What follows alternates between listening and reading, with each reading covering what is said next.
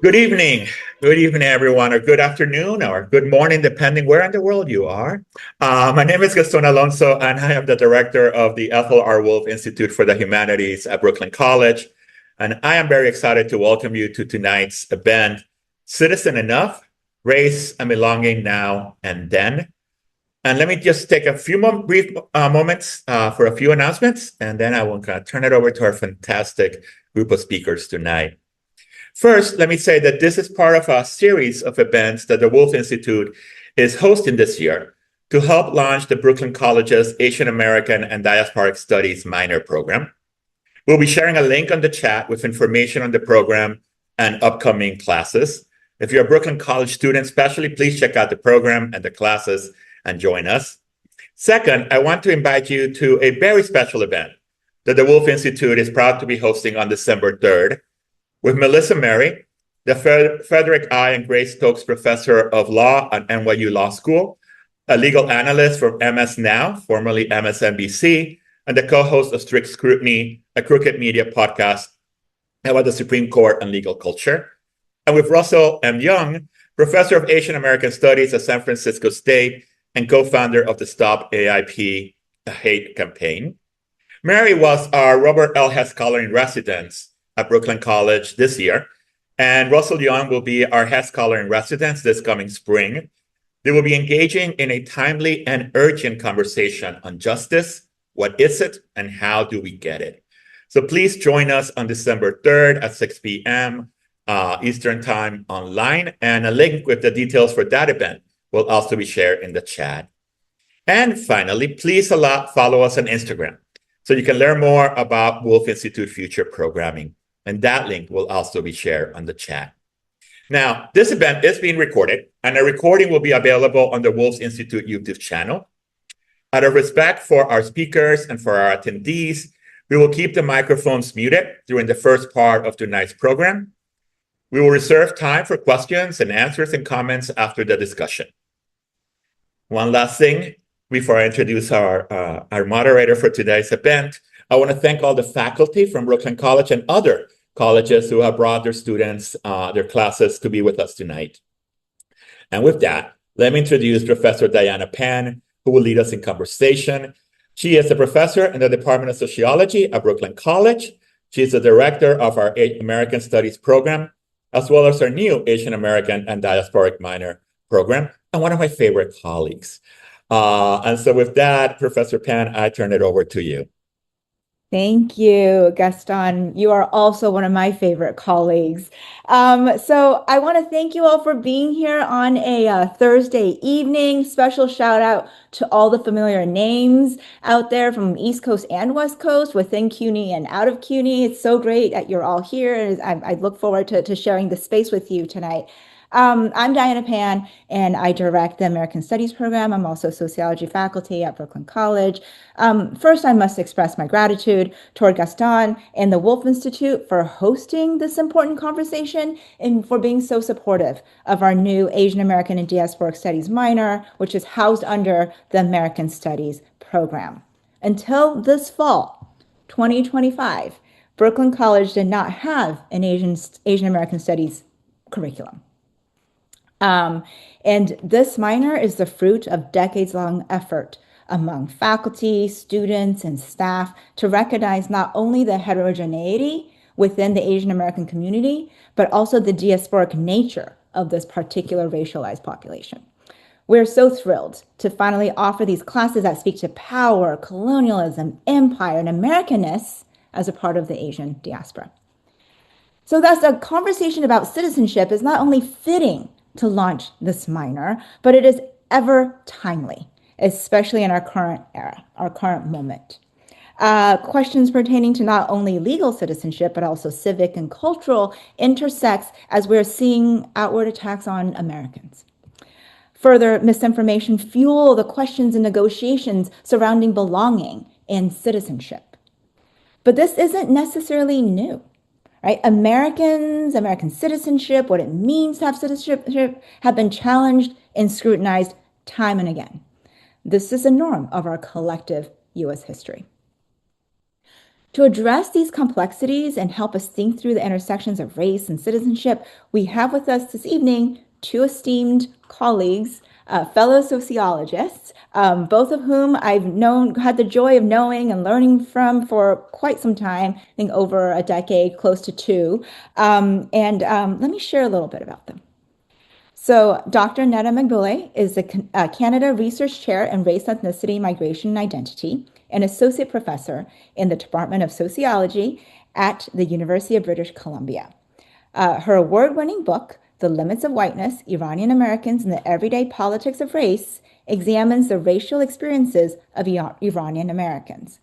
She has contributed expertise to groups such as the American Medical Association and the U.S. Census Bureau, and her work has been featured by venues such as The New Yorker, the LA Times, and NPR.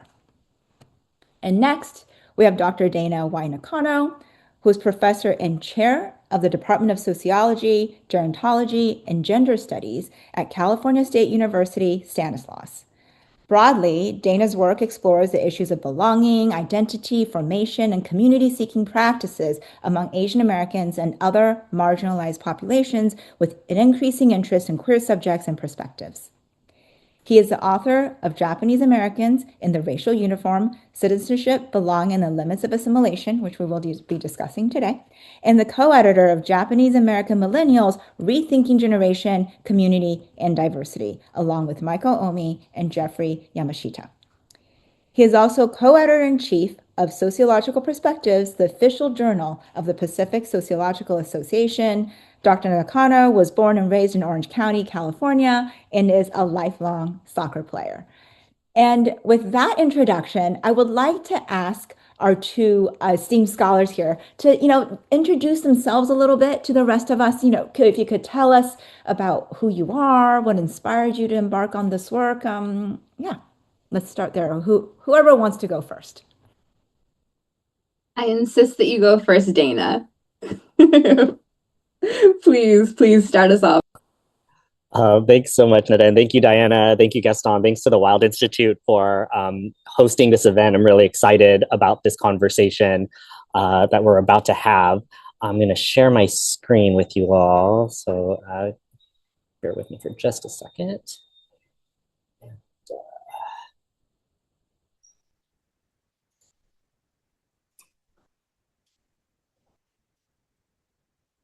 Loading. And just to give a little bit about myself and my background, it was a little bit in the biography that Diana just shared with you, but I am a fourth generation Japanese American, what we call Yonsei, born and raised in Orange County, California. And as I always like to tell people, not as seen on TV. I did my undergraduate work in Philadelphia at the University of Pennsylvania. And it was right around the time, right, that the OC became really big as like a hit TV show, right? And then because prior to that, nobody knew where Orange County was, right? That there was just sort of like this no man's land between LA and San Diego. But that TV show came on, and then all of a sudden everybody thought they knew everything about Orange County. That's not how I grew up. I just wanted to throw that out there. But I did do my undergraduate work at the University of Pennsylvania and actually studied engineering while I was there. And as you can tell, I'm not an engineer currently. This is really because even though that was my sort of educational academic focus while I was there, I was really much more inspired by the social activism and racial justice work that I was doing as a student outside of the classroom. And that really led me down this path to pursue my master's at San Francisco State University, of course, the birthplace of ethnic studies, where I got my master's in Asian American studies, and then followed that up with pursuing my PhD at the University of California, Irvine in sociology. And now, after that, got a job in a sociology department at California State University, Stanislaus. And I think all of this is really important for my own sort of like journey into academia and my journey through academia, because at the end of the day, I really came to do this work to tell the story about my community, a story that I, through the coursework that I was doing, through the activism, right, that I was participating, realized wasn't something that was widely known. And, and it's interesting because I think a lot of times when people kind of get deeper into the discipline, right? Get deeper into like the sociology of it all. Like there's a way in which we get further distance from the work that we're doing. But my story is actually a little bit the opposite, right? Like I had this notion of that, the Japanese American experience was one that was largely, I felt, misunderstood within the sociological literature. And as I kind of went deeper and deeper into it, I realized that the story that I was telling, the study that I was pursuing became sort of increasingly personal. And just to kind of give you a little bit of sense that, I think we often get accused of sort of like this idea of like me search, right? When you yourself could like fit into the sample that you're studying.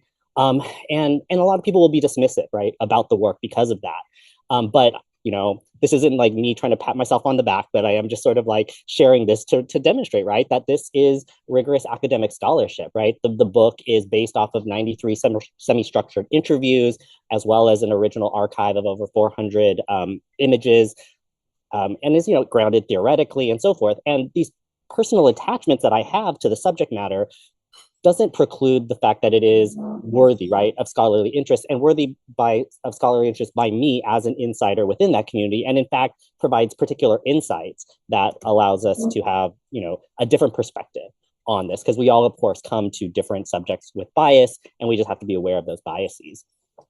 I don't know how much I'm going to be able to get into this today, just because I think we're focusing on this higher level of kind of like how we think about citizenship in the work, but a lot of the book focuses on an amusement park, so I'll tease that a little bit for you if folks want to come back to that in the Q&A or something like that. But this notion, right, of these kind of peculiar places or the sort of personal attachments, I think are so vital to the way that we are able to tell the stories of our communities in ways that perhaps detachment doesn't always allow. So I'll leave it there and throw it back to Neda. But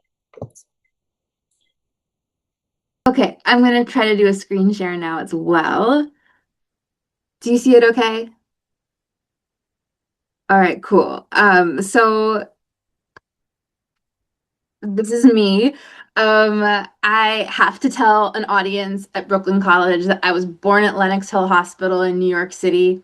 I have this dream life where like an alternate version of me grew up in New York, and I wonder what she's up to. But very rudely, when I was 9 months old, my parents displaced me to suburban Portland, Oregon, and that is where I grew up until age 18. But I like to think that I have this parallel, like, cool twin who lived out the rest of her days in New York. I have been to your campus, I want to say. Brooklyn College is one of my favorite places. This is not just because my BFF from grad school, who is also a sociology professor with Diana, Emily Molina, has been a faculty member at Brooklyn College her whole life, but because I have been to your campus, I understand what magic you all make as the faculty, staff, and students out of a situation where you're in buildings that need a lot of support and help. You have all kinds of pressures from administration and just all these things bearing down on you, and you all as a community create so much magic at BC. And so it is such an honor to be with you. Thank you, Gaston. Thank you, Diana. Thank you, Wolf Institute. I too did my graduate work like Dana and Diana in California, and I hope we can maybe get into that, because I think thinking about California as an entry point for projects, in the words of Ron Takaki, to like displace Ellis Island for Angel Island is a really important move, and so I think that's something that we share in our orientations. That said, I was born in the U.S., did all my education in the US, but I have had the experience of being a professor in Canada for 12 years now, and I didn't have any connections to Canada, any roots there at all, except that I moved there for work. And so that has been very cool and very weird, but it's also had the effect of rendering the familiar in the US kind of strange to me now that I don't live in the US anymore. And so I think that that has also been a kind of advantage in the research that I do still about the US, because I live somewhere where you can have a different way of doing things. Because Canada and the US seem really similar at first, but they also have certain differences that have helped me, I hope, become a better sociologist and become more critical about the US too. Okay, so The book that I was invited to share with you, like Dana, is the project that came out of my PhD dissertation. It's called The Limits of Whiteness, Iranian Americans and the Everyday Politics of Race. And it really comes out of my experience growing up, all the way through like when I was an undergrad, like many of the students who I think are in this Zoom today, where I was learning about absolutely foundational pieces of ethnic history in the US or different sociological concepts. And I would try to bring them to bear on the experiences that I had or the community that I seemed to know best. And I was really dissatisfied with the answers that people gave me. So, for example, in undergrad, I learned about the ethnic history of groups like the Irish, or the Italians, or the story of how Jewish Americans came to be known as white people, all three of these different groups. And yet I thought that there was something different happening for groups from the Middle East and North Africa, because the previous stories that I just told you about Irish, Italian, Jews, they're really telling a bigger story about how a group that is thought of as not white or brown in some way, racialized in some way, over time becomes to be known white. But I was interested in what do we make of groups who maybe legally on the record have been counted by the government as white throughout their history, but appear to be experiencing racialization to a mass level where they are now moving almost in the opposite direction towards something not white or brown. And so that became the sort of chapter of my life that I'm talking about today. How this shows up in the structure of my book is I, like Dana, really root this in people's everyday lives. We start with kind of the history of Iranians and other groups from the Middle East and North Africa and how they've been constructed as white legally. And then I move with the 84 young people who I interviewed as part of my work. We go from their childhood homes through their experiences in school, their travels back to the homeland as kids of diaspora. And then I follow some of them to an Iranian American summer camp that they attended as campers or as counselors. And then we sort of end with this question, right? Where like the US is thinking about at that point revising its race and ethnicity categories, and so thinking about those implications. So when my book came out in 2017, a lot of this stuff was a big question mark. Some of it has resolved, some of it hasn't, but hopefully that's more that we can get into in Q&A. So I think I'll stop there. And yeah, Diana, you have a bunch of good questions for us, so I'm going to hand it back to you. All right, thank you for that intro. And it's always really nice to kind of understand the background, the context, right, that we come from as researchers. So one of the things, what kind of struck me about both your work, because I've been following your work for a while. I knew, I mean, the secret's out. Dana and I went to graduate school together. We also we also had our MA, both from San Francisco State. So we like go way back, right? So I've been kind of familiar with some of this work. And then I met Neda. I think I was like a first year on the job. And at ASA, we usually have these conversations at ASA, the American Sociological Association meeting.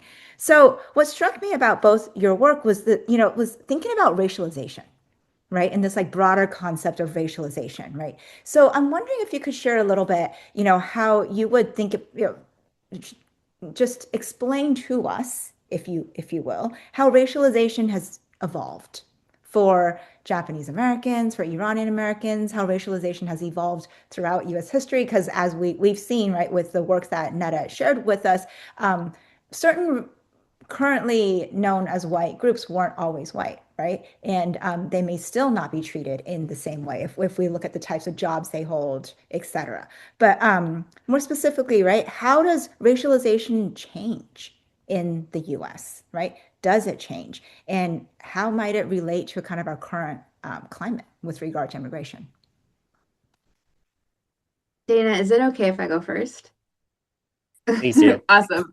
So, Diana, I think this is such an interesting question, and I'm so grateful to be in conversation with Dana on this because my first reaction is to answer your question as a sociologist. And so I would say, the three of us, like the era where we were undergrads and then we came up through grad school and we were forging our own paths, was one in which, like, a person like us who is fundamentally interested in the sociologies of race and ethnicity, but also immigrants and immigrant generations, the dominant concept for us was assimilation theory, right? This idea that, like, was the group that you're studying one of the communities that would follow a straight line path, right? Where all of the indicators that as sociologists, right, we covet the stuff that we can measure. So variables, outputs, right? It was like, is the group you're interested in the one that's on a straight line path, where those measures around their socioeconomic status, their well-being, right? Is it improving and moving upward? Or are you studying one of the groups where we say it's downward assimilation, right? Where each generation is actually doing worse on those measures than the one before it? Or are you studying one of the groups, right, that is like wavy or has this kind of third path? And so I think why it's nice to be in conversation with Dana is that it's not that our books refute variables and measurements and outputs like SES, but I think you and I are very interested in bringing the body back in to sociology in a way that assimilation theory was as if like we were a bunch of disembodied people who we were composed of variables and numbers and outputs, right? And so when you take racialization and human beings as lived experiences seriously, you realize that portraying a community as a set of outputs is not the whole or even an accurate lens of what it feels like to be a visible member of that community. So I think we're part of a generation, all three of us, that's very interested in bringing racialization theory to bear on assimilation theory. And specifically about, like in Dana's case, it's the racial uniform, right? Like Dana is literally talking about the body. And I try really hard in every single one of the chapters of my book, as like awkward as it is in sociology, we're sort of almost it's like a bad thing to kind of talk about your interlocutor's skin tone or their facial features or things like that. We do a lot of tricks in our writing to kind of not talk about visible things, but I try really hard because this is actually like at the point of contact with police, with other citizens, in airports, right? In schools. Like this is actually about visible cues. And so I've tried in all of my writing, whether it's like qualitative work in books or empirical quantitative survey experiments with my colleagues who do that kind of work. I'm really trying to bring sensorial aspects of race back to sociology and bring the body back in.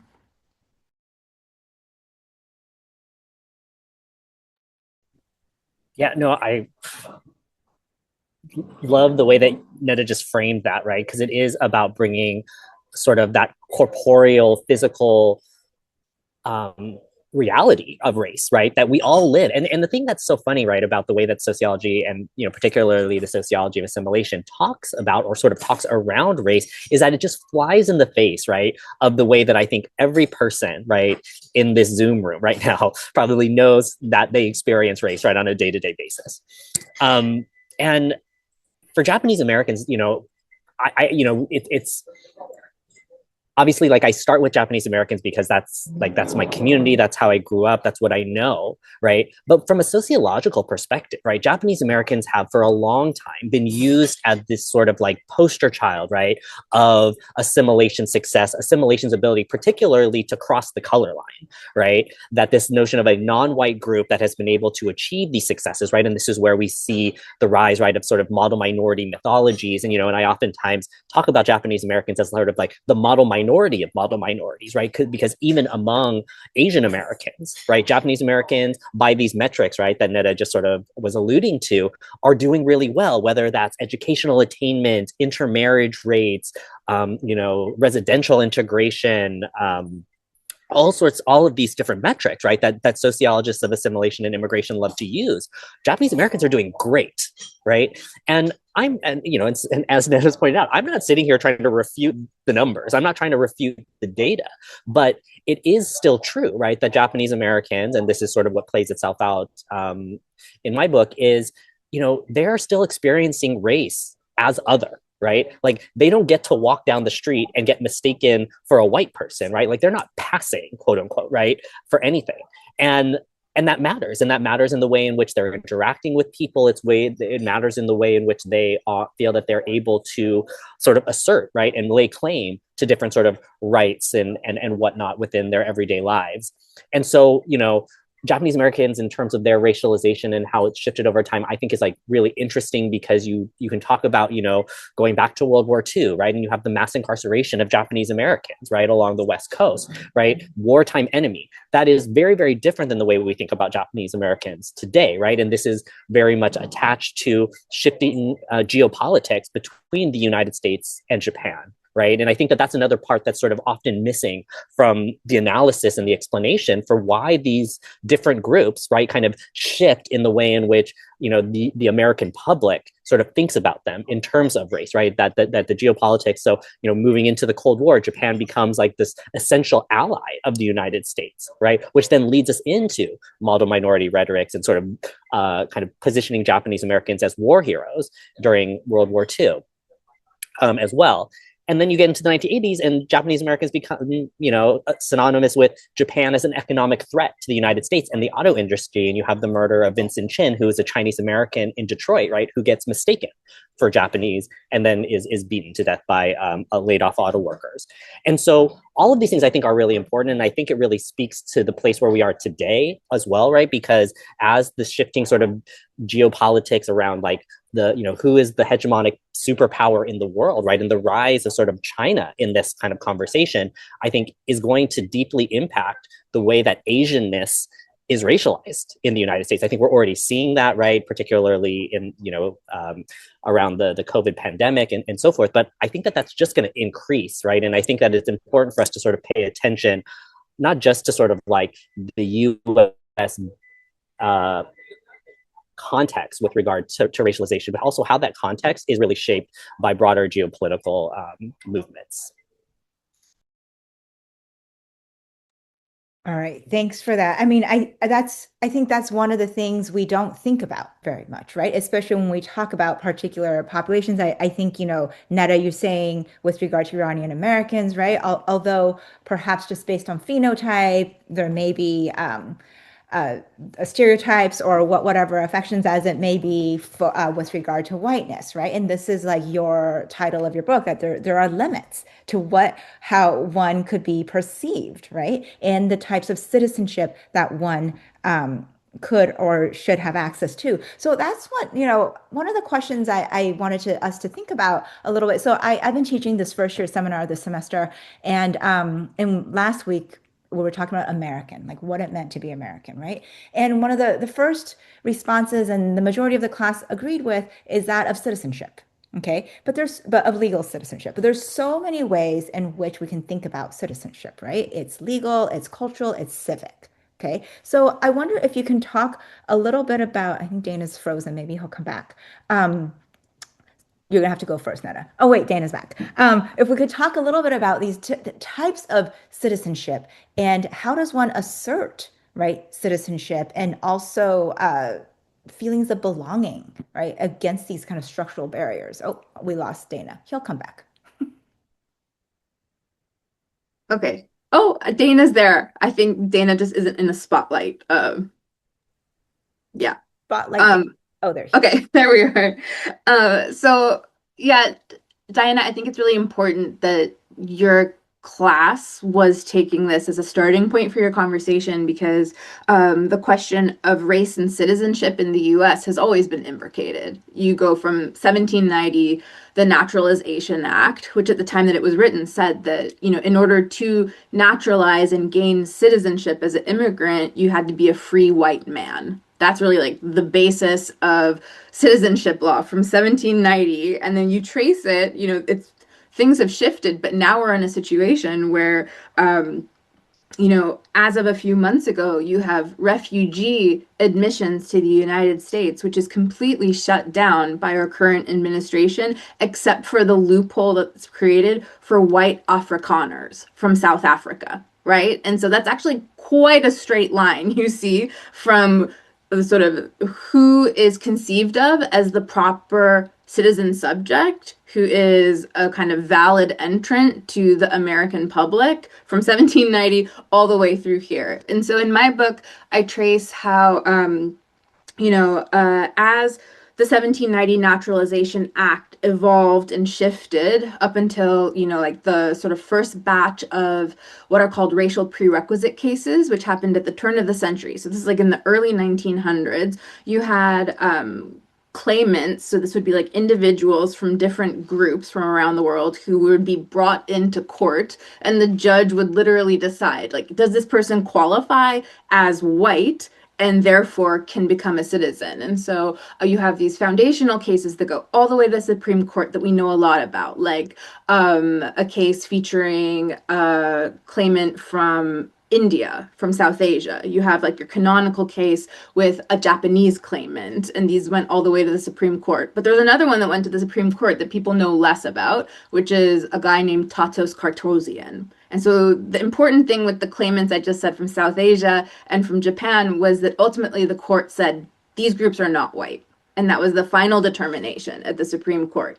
With Armenians, it was different. So Armenians were a group that, again, was like present in quite big numbers at the turn of the century. They're broadly from the Middle East. At the time, that was called the Ottoman Empire, right? So there was a question, like, are these people actually free people, or are they subjects of the Ottoman Sultan of the empire, and therefore they're like disqualified from even becoming American because they're, under the subject of like a ruler from that part of the world. But finally, it was decided after a lot of back and forth that given that Armenians are Christian, they were able to make a claim that our orientation is toward Europe. Even though we're technically on the Asian continent, for these different reasons, we seem assimilable. White people in the US are marrying us. For all of these different reasons, you should consider us white. And so this 1925 case featuring Tatos Kartosian ruled that Armenians are white. And so then you have a series of other groups from the broad Middle East and North Africa who come, and the law just flip-flops constantly. They're not white, they're white. Like, are they Arab? Are they Iranian? Are they Turks? There's a lot of back and forth till the time that you get to the mid-century era where, for a lot of different geopolitical reasons that we could get into, the courts start to make determinations that it's actually a bad look after World War II to be letting in only some people and not others. This is like hot on the heels of a Holocaust. The United Nations is starting up. And so there's this effort to take race out of citizenship. But we always have to remember that citizenship from its very inception was a racialized concept, and it was meaning to keep certain people in and certain people out.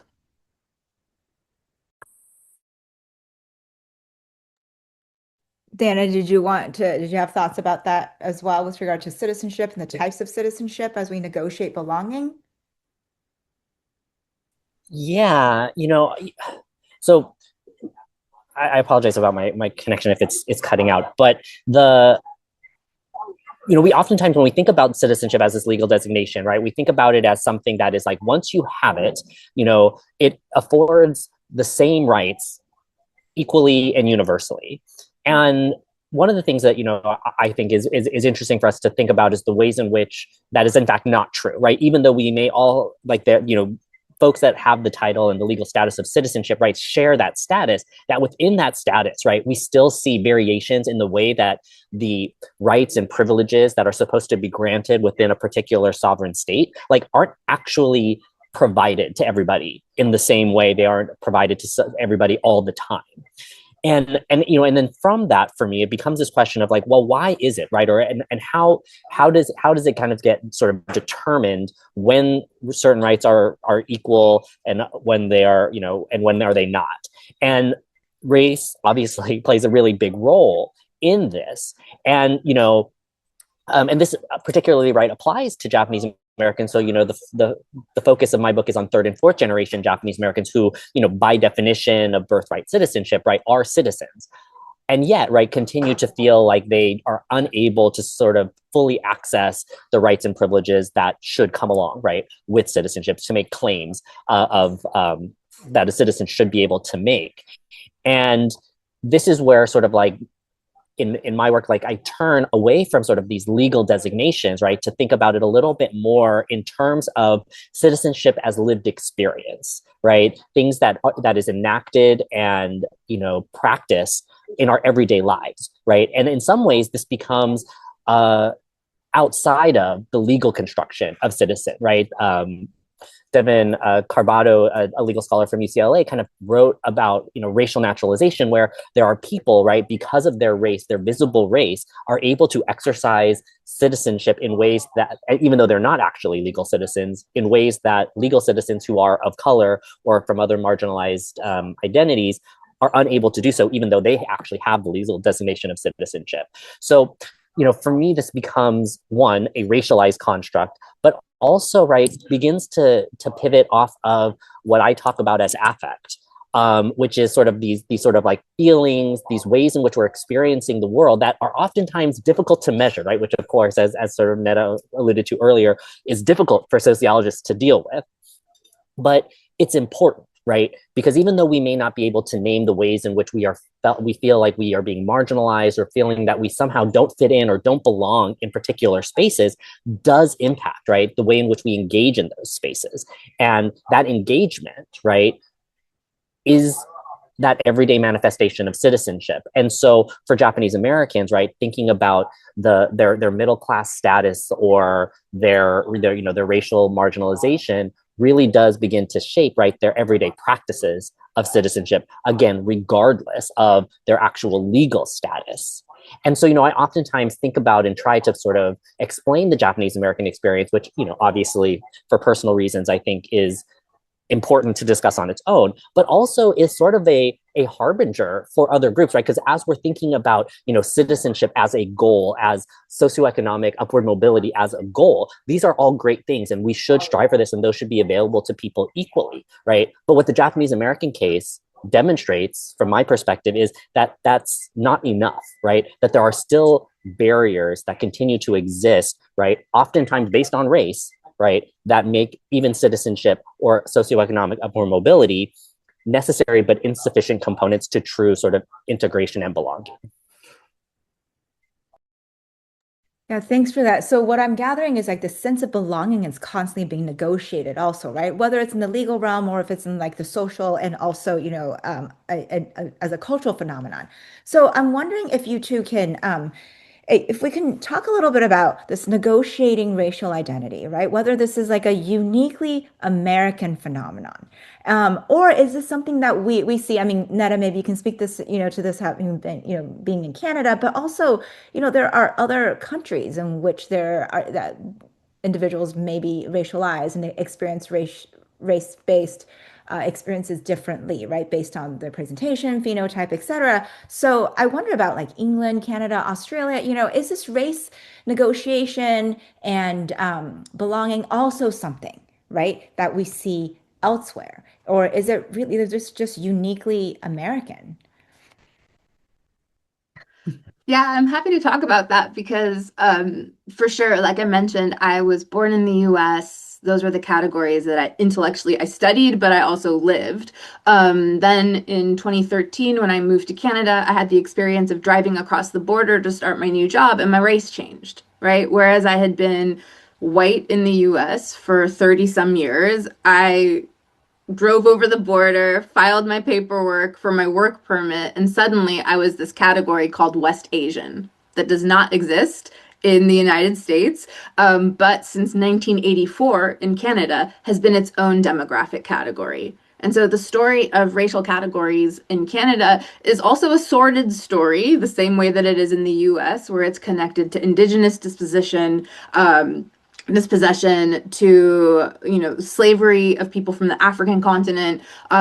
Race has had an exclusionary function in Canada as well, but the categories that we still use today in Canada come from 1984, which was when there was something called the Employment Equity Act, and it was this move to say, like, from within the government, that when we're looking at labor statistics, we see that there's serious disparities between groups in Canada. And so let's try to sort of like break out kind of who are the groups that are being disproportionately affected, and finding themselves, where either like their credentials are quite high as new immigrants, yet they find themselves, driving taxis or the things in the 80s, right? That were kind of the low wage work that we now know, right? As like driving for Uber or all of the different jobs that we know where people like have a particular kind of academic credential or training, but they're not able to find work in those occupations. That was really like the genesis of race and ethnicity categories that we have today in Canada. They came from this thing called the Employment Equity Act. And so that's a really different starting point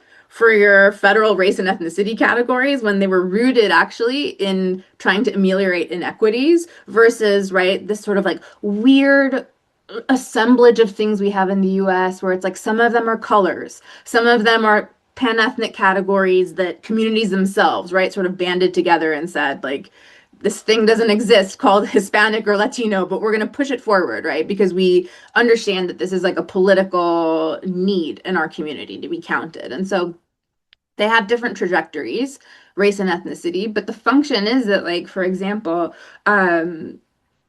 when I was in Canada during COVID, and at that point I still lived in the city of Toronto. I used to work at the University of Toronto.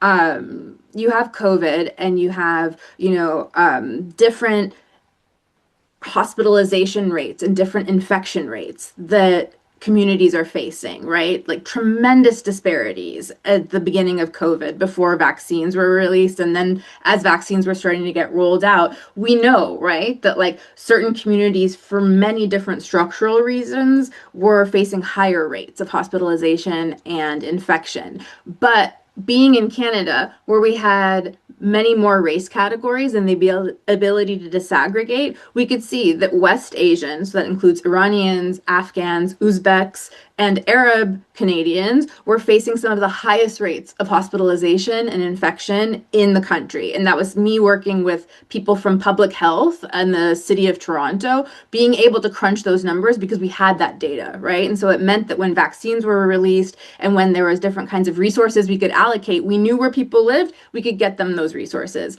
My counterparts in the United States, it was impossible for them to have that level of data about how Middle Eastern and North African communities were doing. And so for me, that was like a moment where the life and death stakes of having, the ability to harness data to measure inequities, like that became very, very clear, just by virtue of living in Canada at that point.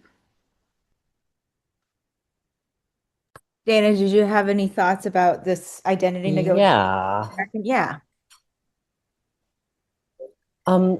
So, my knee-jerk reaction to this is that no, it's not uniquely American. We know that, racial constructs exist around the world, right? They are not the same, right? So certainly the way in which Americans think about race, as sort of Neda is pointing out, right, in this really kind of life or death sort of situation, it varies across national borders, across region, across time, all of these things.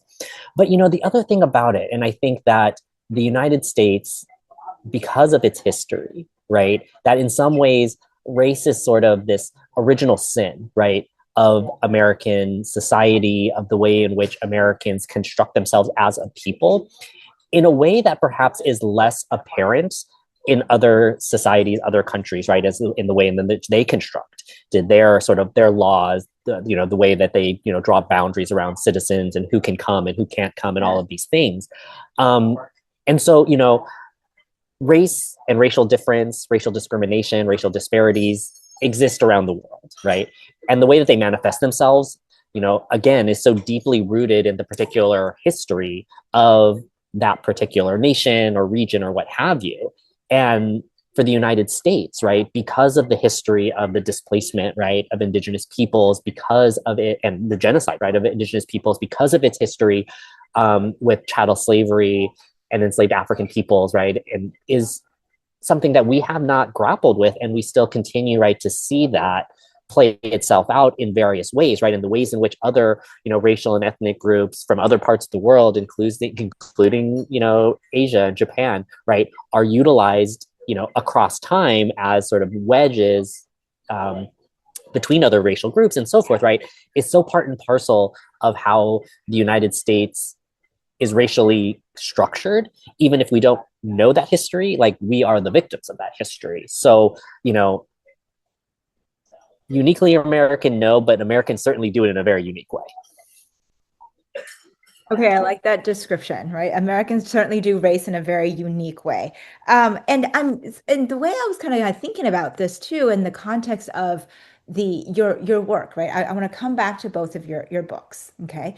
And more specifically, the activities that you're kind of Dana's work is situated in Deer Park, right? And then Neda talks about the summer camp, right? These are like kind of quintessential American activities, if you will, like very like U.S. American activities. And yet this was like a hyphenated American space, right? So there was kind of, and this is why, the way that Americans do this in a unique way that kind of got me thinking about, why were these spaces there? Maybe you can tell us a little bit about the camps and Deer Park a little bit. So, as I'm not sure everyone read the readings, your books, but maybe give us a little bit of context. And then why were they in existence? Like, what was the purpose, right?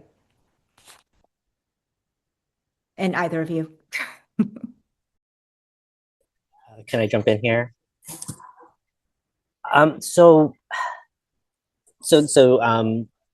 the book focuses, at least in part, on this amusement park called Japanese Village in Deer Park, which was an amusement park in Buena Park, California, which is in northern Orange County, and really part of this larger sort of Orange County amusement corridor that sort of bookended on the south end by Disneyland and on the north end by Knott's Berry Farm. There's other attractions in that area as well. And it was only in existence from 1967 to 1974, but it was a Japanese themed amusement park, right? So, if folks are at all familiar with like Epcot Center, right, at Disney World, where they have all the different sort of like lands, right, that are, fashioned after different countries around the world, like that, but just Japan, right? And it's interesting, right, that, you're framing this, Diana, as like an ethnic space, because in its origins, it's not an ethnic space, right? That in its origins, it was this white entrepreneur who decided to, he was gifted like this herd of Japanese deer. He needed a place to put them. He happened to own land in Buena Park. So he had these deer just sort of like in this pen. And then people would pass by and be like, oh, can I pet your deer? Can I feed your deer? And then he's like, oh, this is a brilliant idea. I'm going to create an amusement park around this, right? And so he hired, Japanese trained, Japanese people who were trained in Japan to, in architecture and landscaping and performance arts and all these types of things to, create this place. But in its essence, right, it's like just a capitalist venture, right? But what was interesting about Deer Park is that in its attempt to sort of maintain this facade of authenticity, really sought out Japanese faces, right, to be the people that interacted with park guests. And so in Southern California, in Los Angeles and Orange counties, right, they found this ready workforce among third generation Japanese Americans.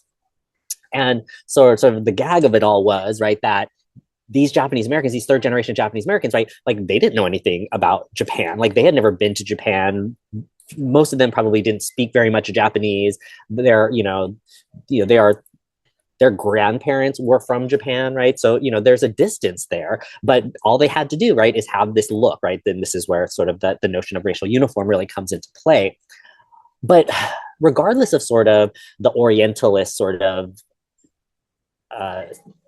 fever dream of Deer Park, right?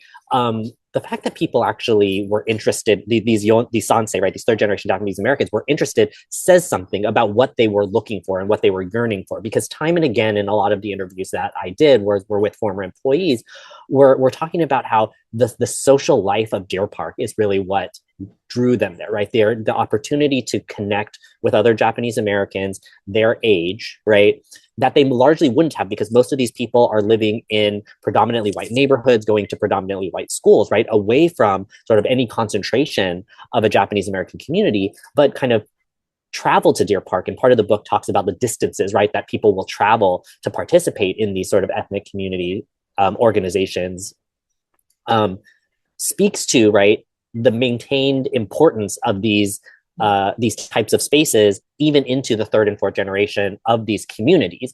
And again, largely because their racial difference marginalizes them within their sort of predominantly white neighborhood and schools, right? Because you could get a part-time job, a minimum wage part-time job much closer to home as opposed to traveling, 30, 40 minutes to work at a place like Deer Park. But they do that, right? Because of the additional sort of benefit of connecting with an ethnic community. So, this is, so it didn't start out as an ethnic space, right? But it does end up an ethnic space or kind of a gathering place because that's what the employees themselves were looking for in driving those distances. Yeah, absolutely. Neda?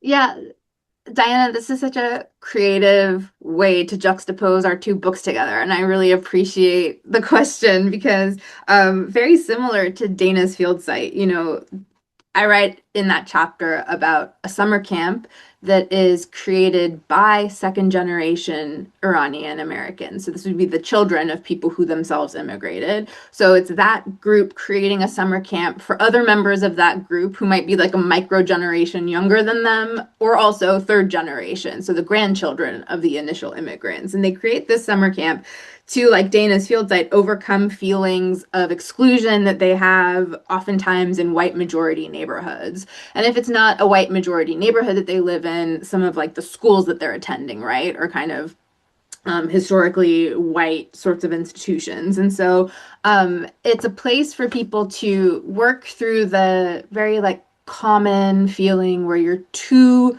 ethnic or racialized for one place, but then you go to your homeland, this like supposed place that your diaspora is from, and you feel like you're going to have these great experiences that will make you feel whole and you feel complete, but you go there and you inevitably feel like you're so damn American, right? And you stick out, even though you're among people who look like you, they know that you're not one of them, And so the summer camp is sort of held up as this place where people can just be themselves and they can finally have that feeling of completeness and wholeness.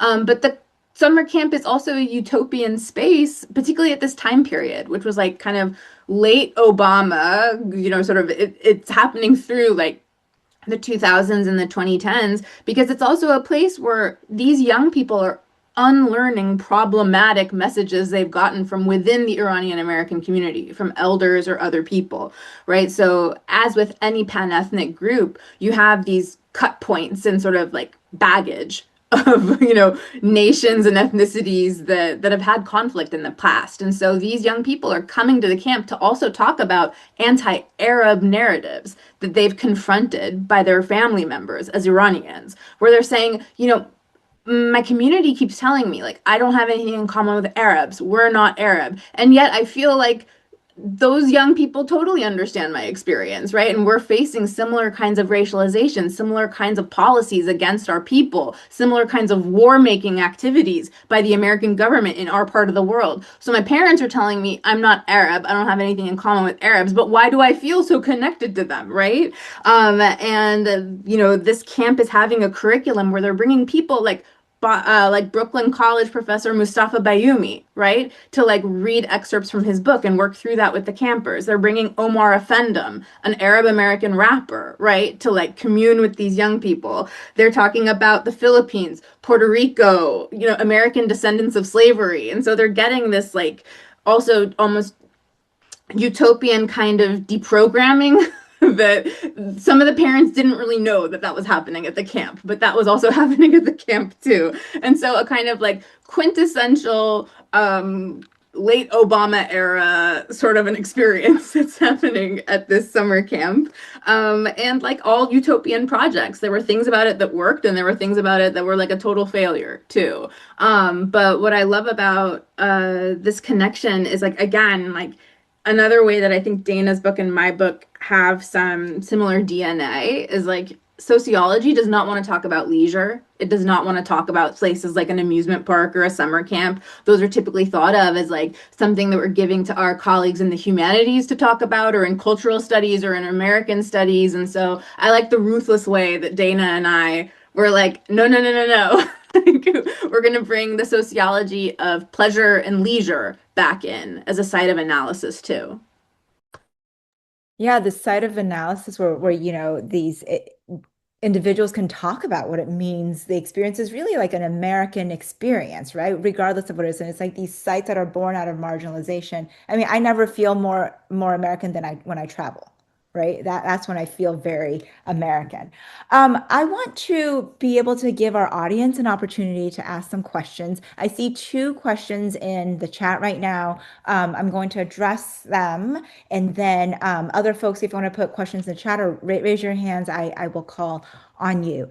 And so Spencer asked, do you consider that in America nowadays, assimilation is intercepted for education community and more what you say, then more do you look? So I'm trying to understand, are you asking whether assimilation is really focusing on these other measures of success versus phenotype? I don't know. Spencer, feel free to elaborate if you would like. But that's how I'm understanding the question. Or maybe Neda and Dana, I don't know if you're understanding it that way as well. I think if I'm understanding the question, I think for me, this is really where the racial uniform comes in. Because, on the one hand, assimilation by and large, right, is focused on sort of behavior and outcomes. It's not concerned about what you look like.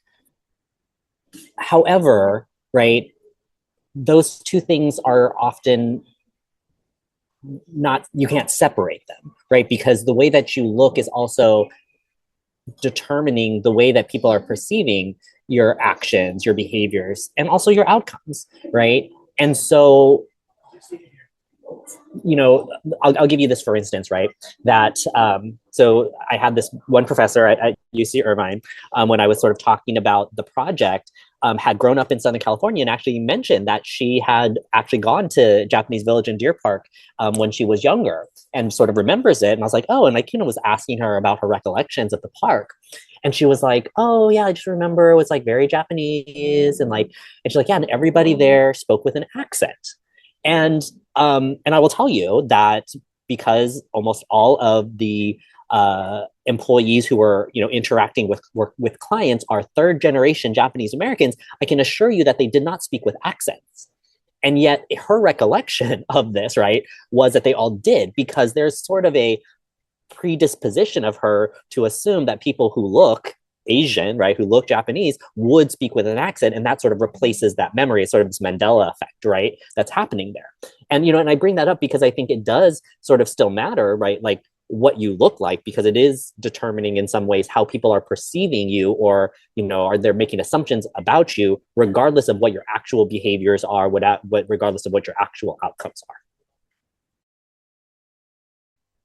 Yeah, thank you for sharing that. I think that's such a illustrative example. And I just feel like we know right now how many street level interactions people are having of many different groups in the US, where again, this is about like life and death consequences right now. It's about detention, deportation, that for sure, like people's papers may or may not be right, but the entry point to the interaction with ICE or with other agents of the state is oftentimes about your visible appearance. And so I feel like even more than when the era that like we were all in grad school and we were thinking about this, like this is an issue that we have to grapple with when we're thinking about the sociology of race and ethnicity as a set of different variables or outputs with the reality of how race is lived as a corporeal, sensorial, kind of on-off switch that then really determines how the state is dealing with you at any given point. Thanks for that. I see Spencer has a second question where we're situating this question, it seems like within Mills, right? We have this racial contract in the US. So after this diagnosis, what can be done as students, academics, activists from marginalized racial groups within the US to achieve the benefits of being recognized and become beneficiaries of the opportunities of being real Americans. And I'm thinking about this in quotes as real Americans, right? I think defining, what is a real American, A, of all, but then if we think about this, we do have this racial contract, right? So how do we kind of ascertain equity, I suppose? I love this question so much. Thank you, Spencer. I appreciate any opportunity to remember Charles Mills, a CUNY faculty member whose work has been like so important to philosophy, to law, to us in sociology. And so, in case people don't know about one of his canonical writings, which is called The Racial Contract, which is what Spencer is referring to. It's this idea that, there's this kind of like written and unwritten rule, and there's a racial contract. White people do not have to be signatories to the racial contract, but they are certainly among the people who are invited to sign the contract, sort of by definition of how the US was founded. And yet there can be people of other groups too who sign this racial contract, which is basically that, like, we agree some people are more worthy of a full suite of rights and other people should be second-class citizens. Sort of this like ruthless way in which we allow categories to be hierarchically defined versus, right, sort of accepting people and acknowledging that there are social differences, but not necessarily ascribing value or goodness or badness to those, right? And Mills is saying that we have this hierarchical kind of vertical arrangement with power, and when we sign the racial contract, we are sort of agreeing that some people are more human than others. And so I think that, it's about like constantly updating the racial contract, both like remembering kind of the roots of it, but then connecting it like ruthlessly to the things that are going on around us right now. So as I mentioned before, like the fact that all refugee admissions in the US have been paused completely, but there's been this loophole specifically for white Afrikaners from South Africa, right? And they're the only refugees right now allowed to resettle in the United States. If that's not a kind of update of the racial contract put in its most stark terms, then I don't know what is. And so I appreciate this comment just because it shows like how relevant the racial contract still is and how it gets reformulated and updated for every era that I've so far lived in for 40 years.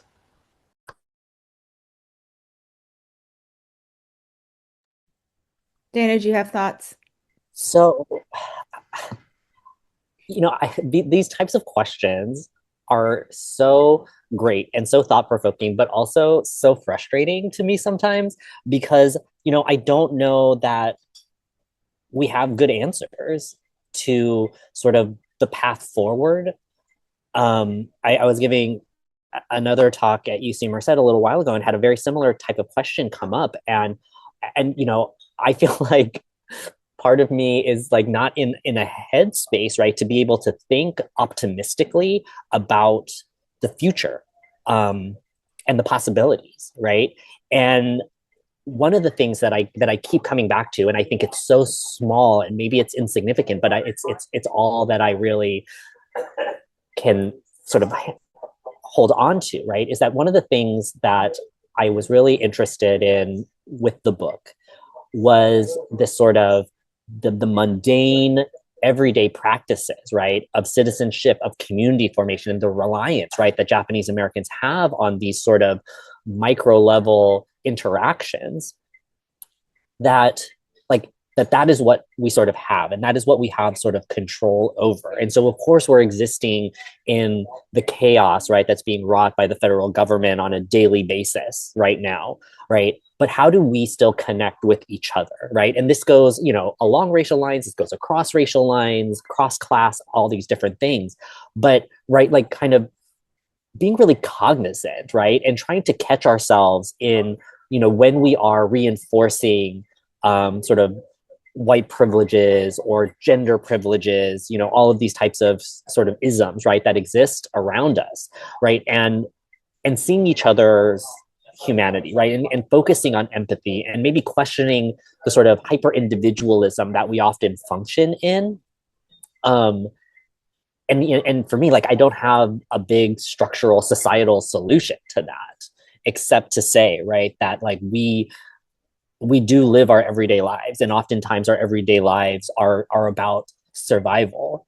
But being in community with each other, seeing each other, and having empathy for each other, right, is also part of survival that we shouldn't forget. And so maybe, I don't know, maybe that's hopeful. I don't know. Thanks for that. I mean, I feel like it's hopeful. And as someone said it, in the chat, empathy is essential, right, in our current moment and always. So we have time for a couple more questions if folks have questions. All right. Yeah. Ajada, if I'm pronouncing your name correctly, you can go ahead and unmute your and ask a question. Hello. Thank you so very much for this time. Thank you for this discussion. It's amazing. I'm trying to not ask way too many questions, but if I can ask, I guess, two. Something that has come up a lot in this conversation, and I think that is really interesting, is trying to contend with the positionality of racialization.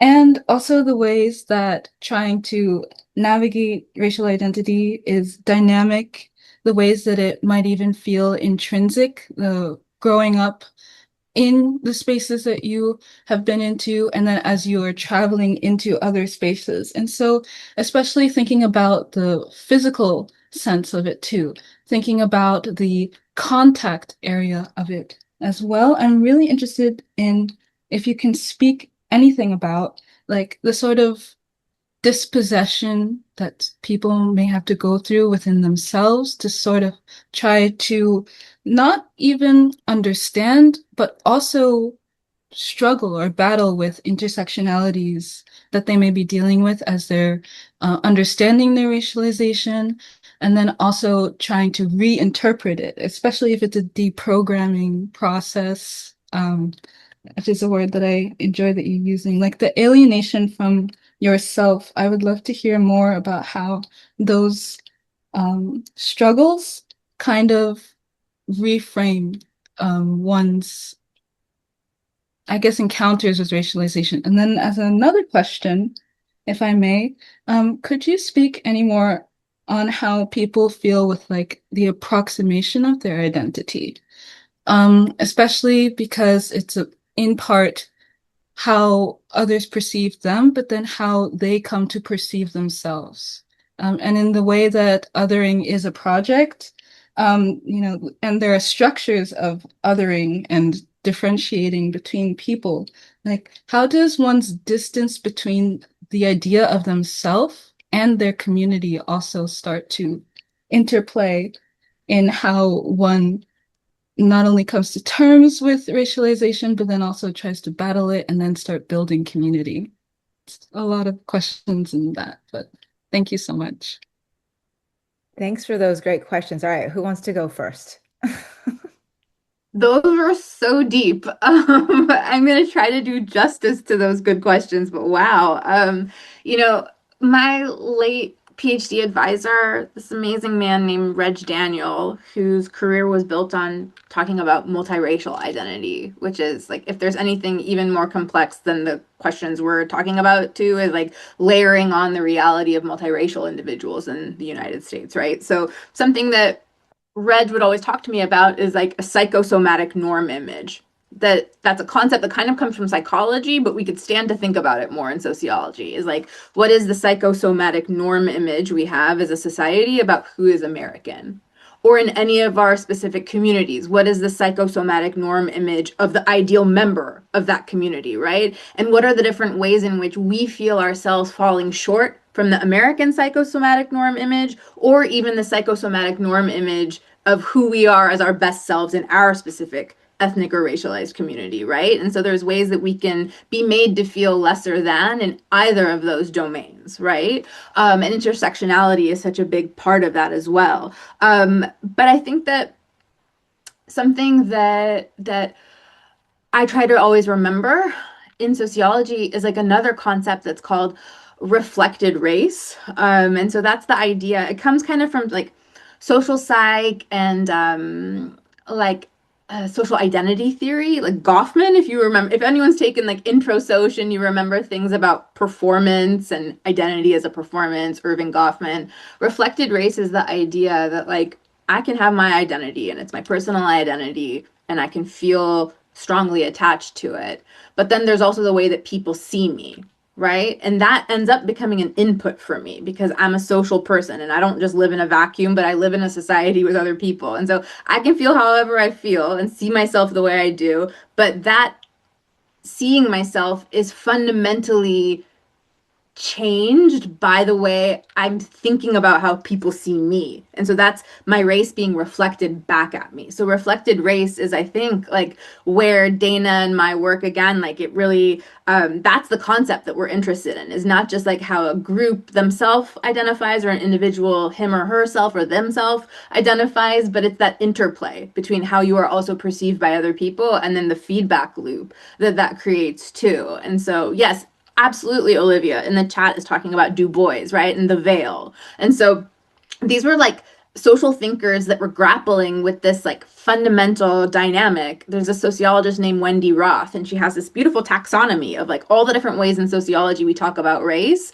And so there's definitely self-identification, which is like me with the form that comes from the federal government that has its boxes. And there's like me making the choice of which one do I get to define myself as. But then there's something called external categorization, which is how another person would fill out the box for me, right? If they had the form. And then again, this feedback loop of reflected race, which is me going back to the form after I've thought about the person who has been externally categorizing me. And so suffice to say, this is, I'm sorry, it's like kind of an incoherent answer to your question, but the alienation from yourself, I just want to say like that's very real, and that this is like a core concept in sociology that we are grappling with, because that's like a fundamental reality of what it means to live in a society. And so these are still the questions that like animate me and get me really excited. If I could just say one more thing, like when I finished writing my book, this was like fundamentally a qualitative piece of research and a lot of storytelling, right? And so I was really surprised that there was like academics who were reading my book, but my book also got picked up by community organizers and lawyers. But honestly, that's because they're also storytellers too, in their different domains. Like a lawyer is in court telling a good story, and the person who tells the best story is the one that wins the case. Community organizers are trying to activate people towards social change, and they have to be good storytellers. So I saw that my book was being picked up by those communities, but it wasn't until I took qualitative principles from my book and I was able to experimentally manipulate them into quantitative data and then have statistical findings that then the government and policymakers started to pick up. It was the exact same arguments. It was the exact same kind of evidence, but it was presented numerically. And then that's when the government and other bodies who were deciding whether or not they were going to revise their race and ethnicity standards to include something like a Middle Eastern and North African community, then they started to pick up my research too, right? And so a lot of this is kind of like, you know, when I was able to like quantitatively show this is how Middle Eastern people self-identify themselves. This is how people who are not Middle Eastern, when they fill out a form, these are the different variables they're thinking about when they, you know, categorize this community. And they too also do not categorize these people as white. So like they don't themselves think of themselves as white. Other people don't seem to see them as white. You know, there's actually a way that in sociology we can operationalize some of these more like schematic or mental constructs. Whether that's right or wrong, I'm not sure, but that's something that I've done before. And so, yeah, thank you for the questions. They're really, really productive. Dana, I'm wondering, Yeah. just because we're kind of over time, but there is a question in the chat from a student. So I kind of feel like we should, if you could address that, be great. As a half Filipino American, I've been told I am not, quote, Filipino enough. How would someone from a mixed background go about claiming their ethnic roots without feeling left out, so to say? From Kevin at the NCC. Well, you know, that's a perfect segue to how I wanted to answer the previous question as well. And you know, and this is so variable across different ethnic communities. But what I will say, right, is that one of the things about one of the limitations of the book, from my vantage point, is most of the people that I talked to, with an exception of like maybe about 10% of my sample, were what you call quote unquote like full Japanese, right? Like ethnically Japanese. And then a smaller subset of folks were what I would call multi-ethnic or multiracial. But that's actually not the reality, right, of the Japanese American population as a whole. The Japanese American population as a whole, right, is predominantly mixed race or mixed ethnicity at this point. And I think that that's a really important thing to note, right? Because when the makeup of a community, right, becomes mixed, then it changes the way in which we think about the boundaries, right, of who is and is not part of that community. And I think other Asian American communities are sort of grappling with this, right, in a way that maybe Japanese Americans were grappling with this maybe 20, 30 years ago. But by and large, and I will just say this with kind of my full chest, that like being mixed doesn't make you less Filipino than anybody else who may be more Filipino. I think Japanese Americans have really come to this slowly. I think there are still difficulties within the community when we're thinking about these types of questions, but more and more, like, I had one person in my study who sort of literally said, right, it's like, to be Yonsei is to be mixed, right? To be a fourth generation Japanese American is to be mixed. That is the reality of the community. And I say this as somebody who is not mixed and also Yonsei, but nonetheless, right? Like, I do think that this is a reality that we really need to grapple with. And, just to say a little bit about that idea of like kind of mixedness, right? Is also like, we oftentimes focus on being mixed with like Asian and white is probably like the largest sort of group that gets studied, but we need to do more work and more understanding of mixed race individuals who are Asian and Latino, Asian and Native, Asian and Black, right? But also folks who are mixed Asian, right, ethnicity, people who are Chinese and Filipino, people who are Japanese and Indian, etc., right? Because those are also really interesting and vibrant experiences that we don't know a lot about because we're so focused on sort of like whiteness as this goal of assimilation, right? And therefore intermarriage with white is the only one that really matters or really counts for something.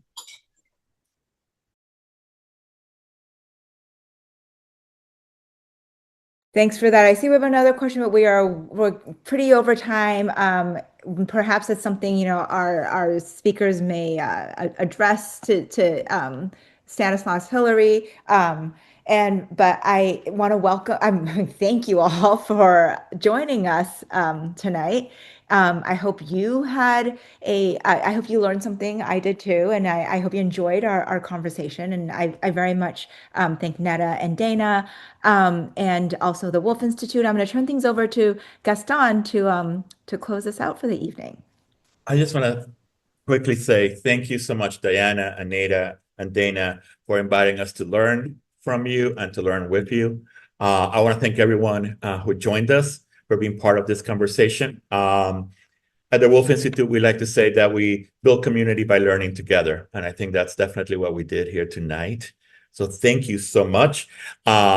Please follow us on Instagram. The link is in the chat. And I hope to see you at our December 3rd event with Russell M. Young and Melissa Murray. So thank you so much for this wonderful conversation. Bye, everyone. Thank you so much. This was awesome. Thanks, everyone. Thank you.